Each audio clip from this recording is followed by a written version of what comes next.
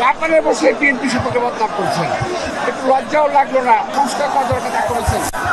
হাল সংস্কার committee garment ব্যবসা ও পোল্ট্রি ডেয়ারি সহ নারী শিক্ষা বহু সংস্কার তিনি করেছেন, কিন্তু তিনি কখনোই বিদেশ থেকে কোনো কাউকে আমদানি করেন নাই।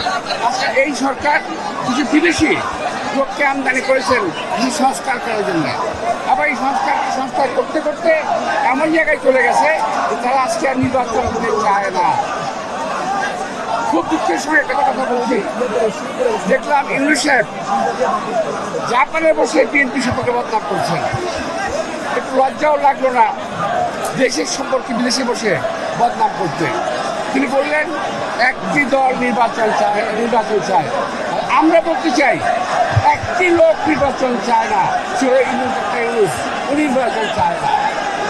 বিএনপি বরাবর নির্বাচন চেয়েছে ডিসেম্বরের মধ্যে, এবং এই ডিসেম্বরের কথা কিন্তু ইউনূস সাহেব স্বয়ং বলেছেন, আমরা বলি নাই।